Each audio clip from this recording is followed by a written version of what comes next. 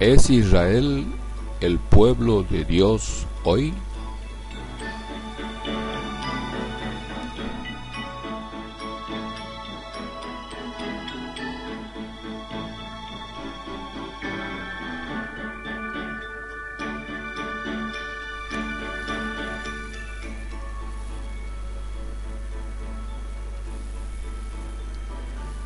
Por más de 1500 años, Israel fue el pueblo de Dios. Deuteronomio 7, versículo 6 dice: Porque tú eres un pueblo santo a Jehová tu Dios. Es a ti a quien Jehová tu Dios ha escogido para que llegues a ser su pueblo, una propiedad especial de entre todos los pueblos que están sobre la superficie del suelo.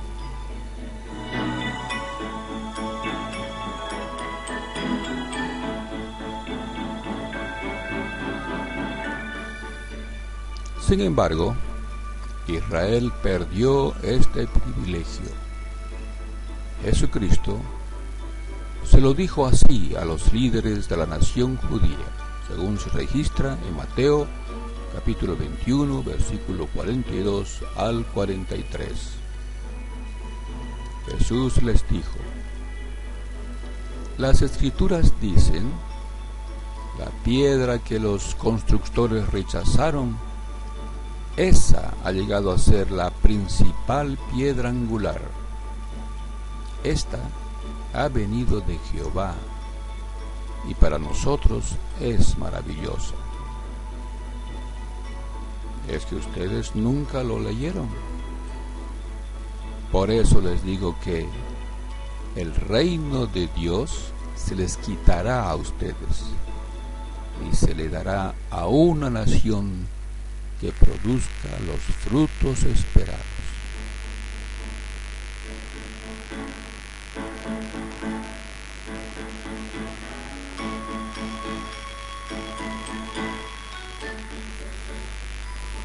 Como hemos leído, a una nueva nación se le daría el privilegio de ser el reino de Dios.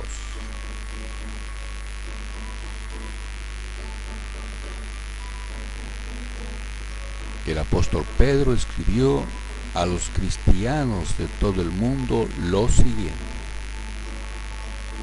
Pero ustedes son una raza escogida, un sacerdocio real, una nación santa, un pueblo que es una propiedad especial, para que anuncien por todas partes las excelencias del que los llamó de la oscuridad a su luz maravillosa.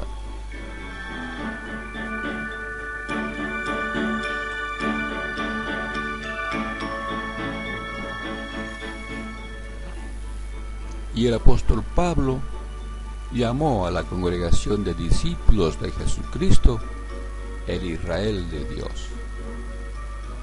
Que la paz y la misericordia estén sobre todos los que andan correctamente de acuerdo con esta regla de conducta. Sí, sobre el Israel de Dios. Gálatas 6:16.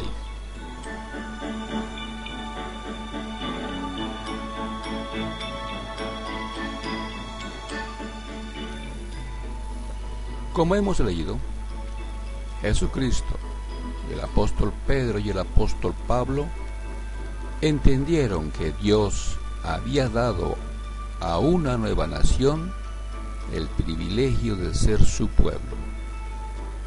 Israel dejó de ser el reino de Dios, el pueblo de Dios.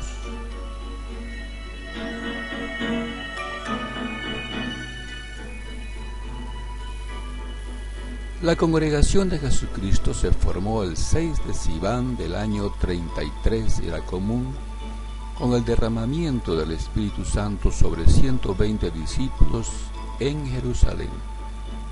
Este grupo de discípulos de Jesucristo constituyó el comienzo del Israel de Dios, la nueva nación. En Jerusalén ese día estaba en progreso la fiesta del Pentecostés. A las 9 de la mañana ese día, Pedro dio un discurso como explicación de lo que estaba ocurriendo, y 3.000 personas añadieron a la congregación por medio del bautismo.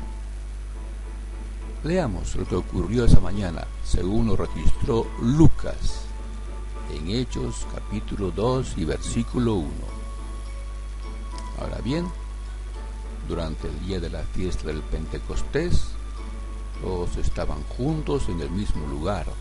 De repente se oyó un ruido desde el cielo, como el de una fuerte ráfaga de viento, y llenó toda la casa donde estaban sentados. Y vieron aparecer algo similar a lenguas de fuego que se fueron repartiendo y reposando sobre cada uno de ellos.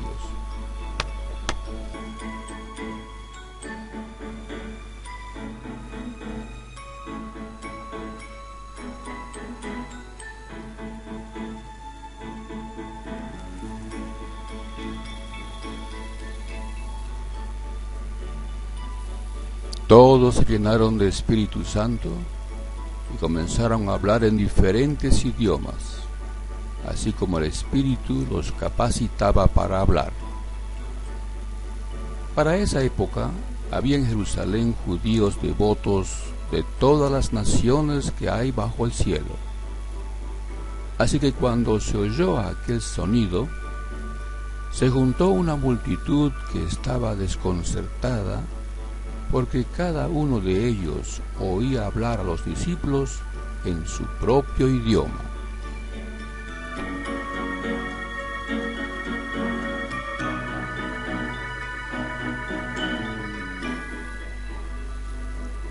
Así es, todos estaban asombrados y confundidos y se decían unos a otros: ¿qué significa esto?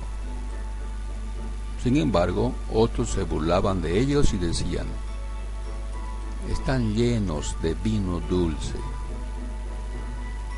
Pero Pedro se puso en pie con los 11 y con voz fuerte le dijo a la gente: hombres de Judea y habitantes de Jerusalén, escuchen mis palabras con atención y sepan esto. En realidad, estas personas no están borrachas como ustedes creen, pues es la hora tercera del día.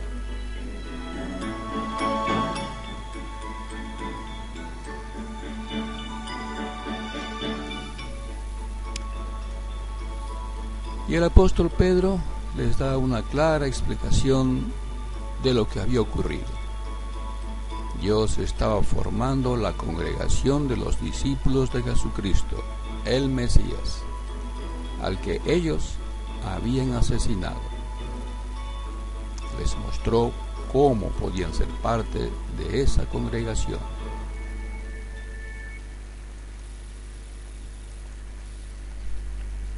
Con muchas otras palabras, les dio un testimonio completo y les aconsejó: sálvense de esta generación malvada. Así que se bautizaron los que aceptaron de buena gana su mensaje. En aquel día, unas 3.000 personas se unieron a los discípulos y se dedicaron a aprender lo que enseñaban los apóstoles, a pasar tiempo unos con otros, a comer juntos y a orar.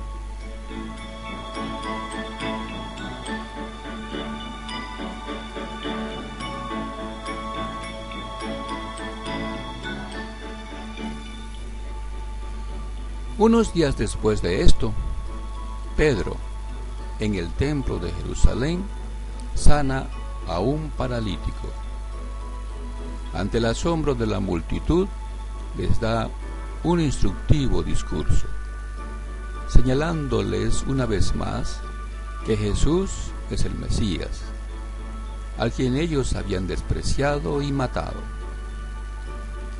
La multitud arrepentida deciden hacerse miembros de la congregación cristiana y ese día se bautizaron 5.000 personas. Todos estos hechos demuestran que la nueva nación, el Israel de Dios, la congregación de Jesucristo, se había formado. Con el tiempo, Dios permitió que la congregación cristiana abriera sus puertas a personas que no pertenecían al Israel natural. El centurión romano Cornelio y su familia fueron los primeros no israelitas que se hicieron creyentes y seguidores de Jesucristo. Los apóstoles y ancianos de Jerusalén, guiados por el Espíritu Santo, entendieron que la nueva nación no solo la constituirían israelitas, sino personas de todas las naciones. Por favor, lea el libro de Hechos de los Apóstoles, capítulo 10 y capítulo 15.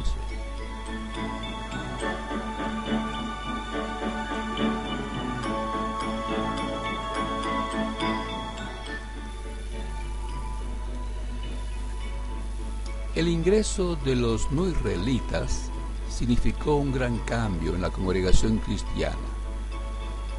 Dios derramó su Espíritu Santo sobre los no israelitas sin exigirles que primero se circunciden y se conviertan en prosélitos judíos observantes de la ley de Moisés.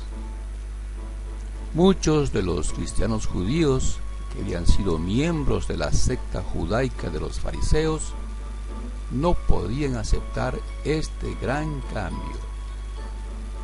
De modo que los apóstoles y ancianos que dirigían la congregación de los cristianos de todo el mundo tuvieron que reunirse para examinar a fondo este asunto. Después de deliberar mucho, el apóstol Pedro les dijo: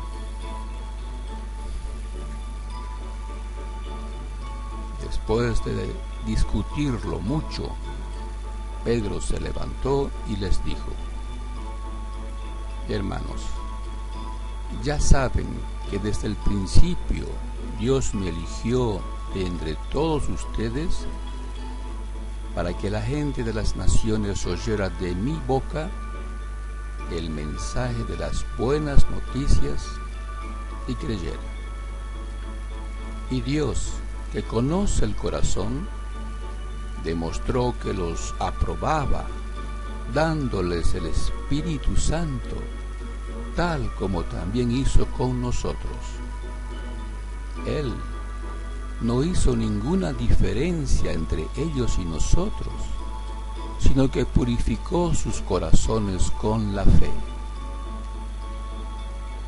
Entonces, ¿por qué ponen a prueba a Dios, imponiendo sobre el cuello de los discípulos un yugo que ni nuestros antepasados ni nosotros pudimos llevar? Más bien nosotros tenemos fe en que somos salvados mediante la bondad inmerecida del Señor Jesús, igual que ellos. Al oír esto, el grupo entero se calló y se pusieron a escuchar a Bernabé y a Pablo, que les contaron todos los milagros y las cosas impresionantes que Dios había hecho mediante ellos entre las naciones.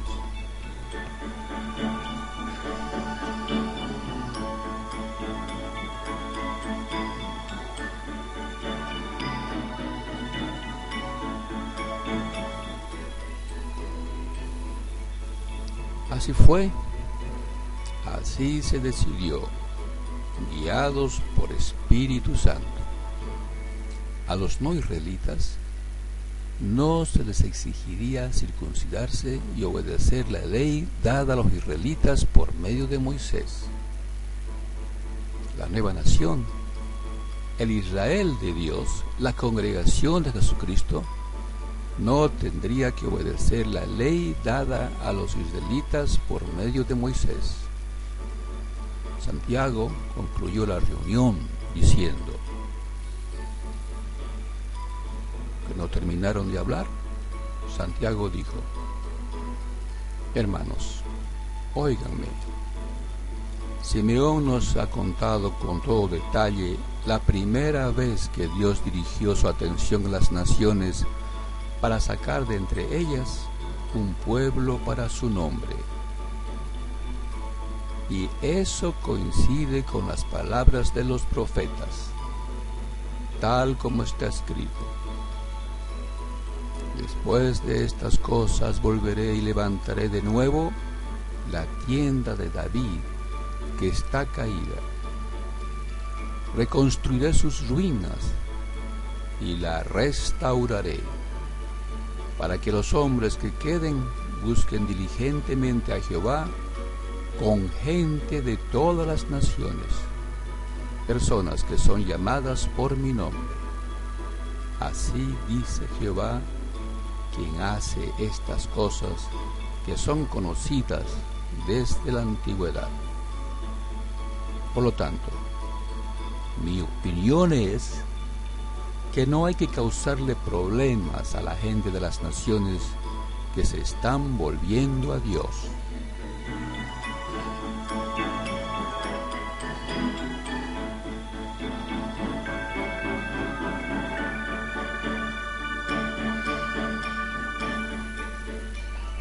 Más bien, hay que escribirles que se abstengan de cosas contaminadas por los ídolos, de inmoralidad sexual, de animales estrangulados y de sangre, pues desde tiempos antiguos Moisés ha tenido predicadores en cada ciudad, porque todos los sábados lo leen en voz alta en las sinagogas.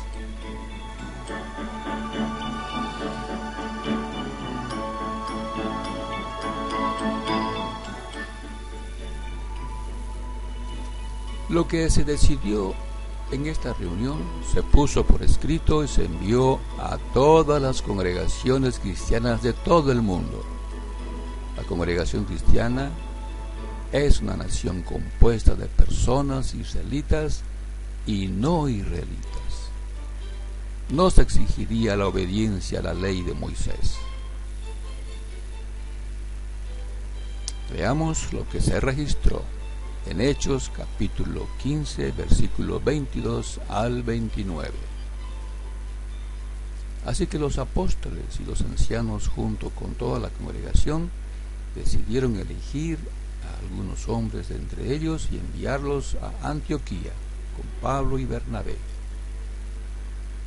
Enviaron a Judas también, llamado Barsabás, y a Silas, que eran hombres con grandes responsabilidades entre los hermanos. Esto fue lo que escribieron y mandaron con ellos: de los apóstoles, los ancianos, sus hermanos, a los hermanos de Antioquía, Siria y Cilicia, que son de las naciones. Saludos. Nos hemos enterado de que algunos de entre nosotros, sin recibir instrucciones nuestras, han ido y les han causado problemas con sus palabras, tratando de confundirlos. Así que de forma unánime decidimos elegir a unos hombres y enviárselos con nuestros amados Bernabé y Pablo, quienes han renunciado a sus vidas por el nombre de nuestro Señor Jesucristo. Por eso les enviamos a Judas y a Silas, para que ustedes también oigan este mismo informe por boca de ellos. Porque al Espíritu Santo y a nosotros nos ha parecido bien no imponerles más cargas aparte de estas cosas necesarias: que se abstengan de cosas sacrificadas a ídolos, de sangre, de animales estrangulados y de inmoralidad sexual. Si evitan por completo estas cosas, les irá bien. Que tengan buena salud.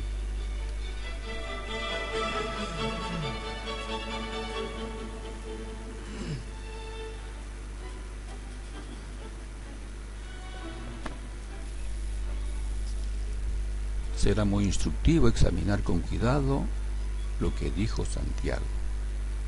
Él citó las sagradas escrituras hebreas como el fundamento de la decisión que se tomó.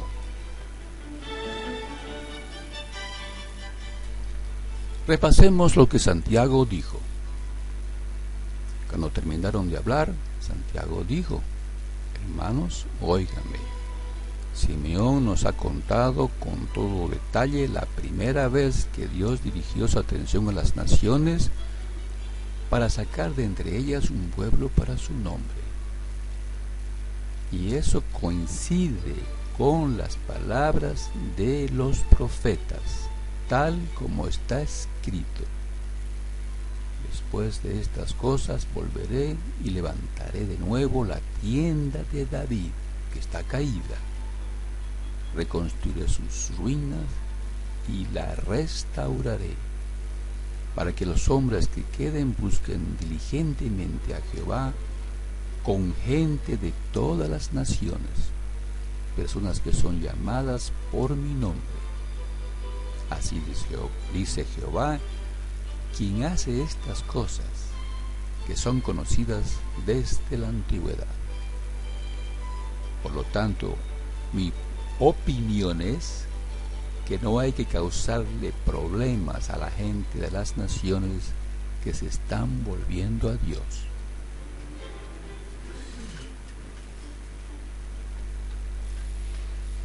¿A qué profeta citó Santiago?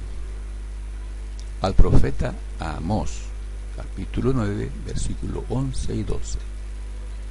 Examinemos con cuidado lo que escribió Amós y la aplicación que hace Santiago de este pasaje.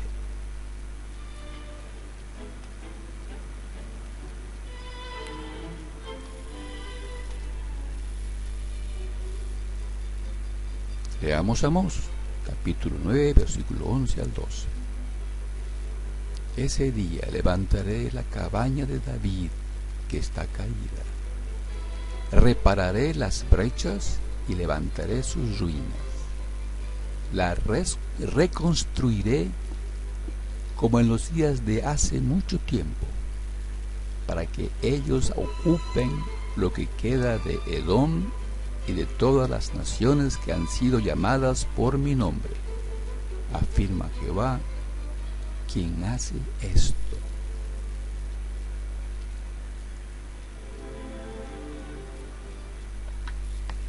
¿Qué es la cabaña de David? Es la casa de David. Dicho de otra forma, la dinastía de David. Dios hizo una promesa a David: estableceré con firmeza tu reino para siempre, según está registrado en 2 Samuel capítulo 7 versículo 12 al 13. David entendió que los reyes en Israel saldrían de entre sus hijos, de modo que en Israel los reyes venían de la familia de David. En el tiempo del profeta Amós, año 804 antes era común, la dinastía de David gobernaba Israel. El rey era Usías. Pero Amós predijo que la casa de David llegaría a caer. Babilonia se llevó cautivo a Sedequías en el año 607, antes era común. Sedequías fue el último rey en Israel, y por más de 6 siglos no hubo rey en Israel. Pero el profeta Amós también predijo que Dios reconstruiría la casa de David. Esa reconstrucción llegó cuando se formó la congregación cristiana y Jesucristo comenzó a gobernar sobre ella.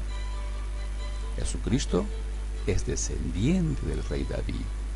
Tiene derecho a ser rey de Israel.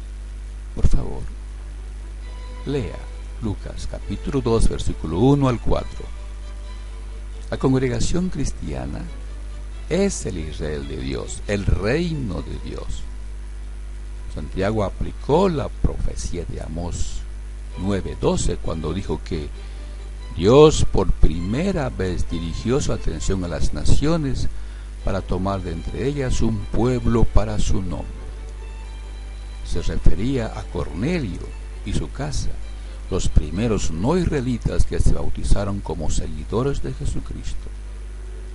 Israel natural había dejado de ser el pueblo de Dios, gobernado por un descendiente de David. La congregación cristiana sustituyó, reemplazó al Israel natural como el pueblo de Dios. Jesucristo, descendiente del rey David, gobierna al Israel de Dios.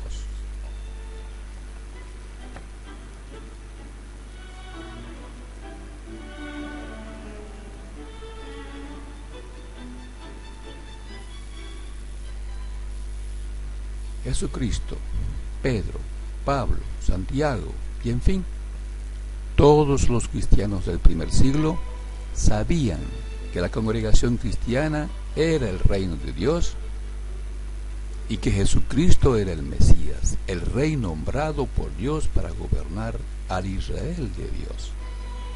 Veamos algunos ejemplos de lo que escribieron. Pedro, en 1 Pedro 2, 8, 9 dice: ellos tropiezan porque son desobedientes a la palabra. Para este mismo fin fueron designados. Pero ustedes son una raza escogida, un sacerdocio real, una nación santa, un pueblo que es una propiedad especial, para que anuncien en todas partes las excelencias. Ahora veamos lo que escribió Pablo en Colosenses 1 y versículo 13. Él nos rescató de la autoridad de la oscuridad y nos trasladó al reino de su amado Hijo. Ahora veamos lo que escribió Santiago en su carta, Santiago capítulo 1, versículo 1 al 2. De Santiago, esclavo de Dios y del Señor Jesucristo, a las 12 tribus que están esparcidas por todas partes. Saludos. Hermanos míos, cuando se encuentren con diversas pruebas, considérenlo un motivo de felicidad absoluta.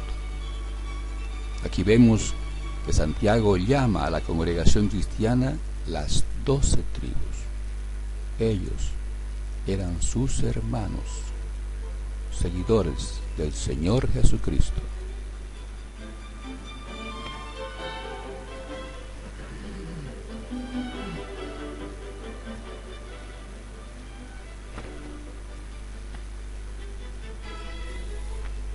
Ahora veamos lo que Jesucristo enseñó sobre su congregación de discípulos. Veamos lo que está registrado en Mateo 16, 16 al 19. Simón Pedro le contestó: tú eres el Cristo, el Hijo del Dios vivo. Y Jesús le respondió: dichoso de ti, Simón, hijo de Jonás, porque eso no te lo reveló ningún ser humano, sino mi Padre que está en los cielos. También te digo, tú eres Pedro, y sobre esta roca edificaré mi congregación, y las puertas de la tumba no la vencerán.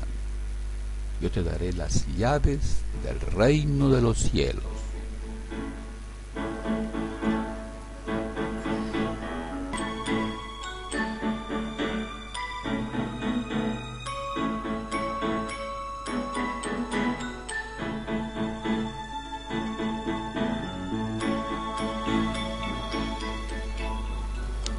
Jesús estaba edificando su congregación, a la que llamó el reino de los cielos, una expresión equivalente a el reino de Dios. Pedro entendió que recibiría privilegios especiales en esta congregación, pues Jesús le dijo: te daré las llaves del reino de los cielos. Pedro no entendió que Jesús lo estaba nombrando el portero del cielo. De modo que aquí vemos a Jesús llamando a su congregación de discípulos el reino de Dios. Además, Jesús dice que este reino nunca dejará de existir, nunca desaparecerá en la tumba. La nación de Israel natural, por despreciar al Mesías, a Jesucristo, perdió el privilegio de ser el pueblo de Dios.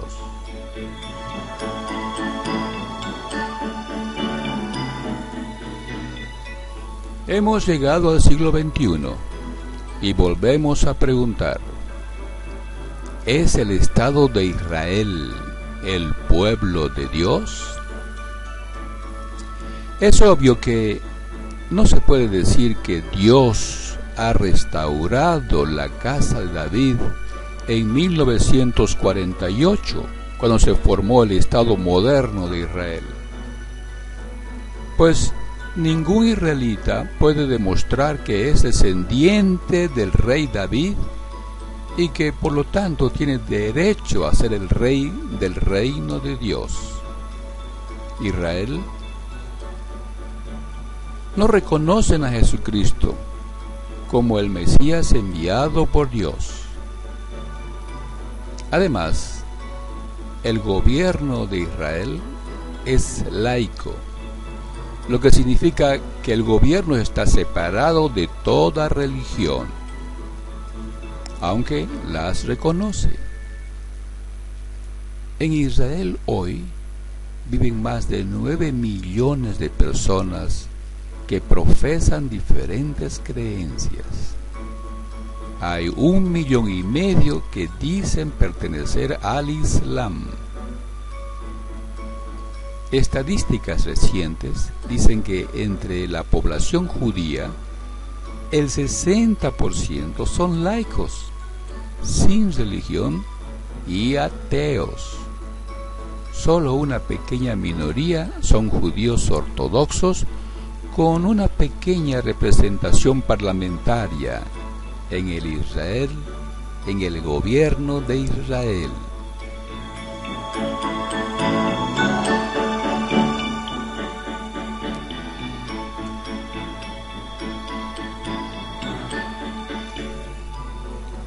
Los rabinos de los judíos ortodoxos rehúsan pronunciar el nombre de Dios, Jehová. Enseñan que basta con decir Señor o Dios. Los rabinos laicos creen que la Biblia hebrea es una colección de mitos judaicos. Son ateos. Se esmeran en enseñar las tradiciones judías como cultura del pueblo judío. Respetan las creencias religiosas de otros judíos. Es obvio que el Estado de Israel no es el reino de Dios, no es el pueblo de Dios.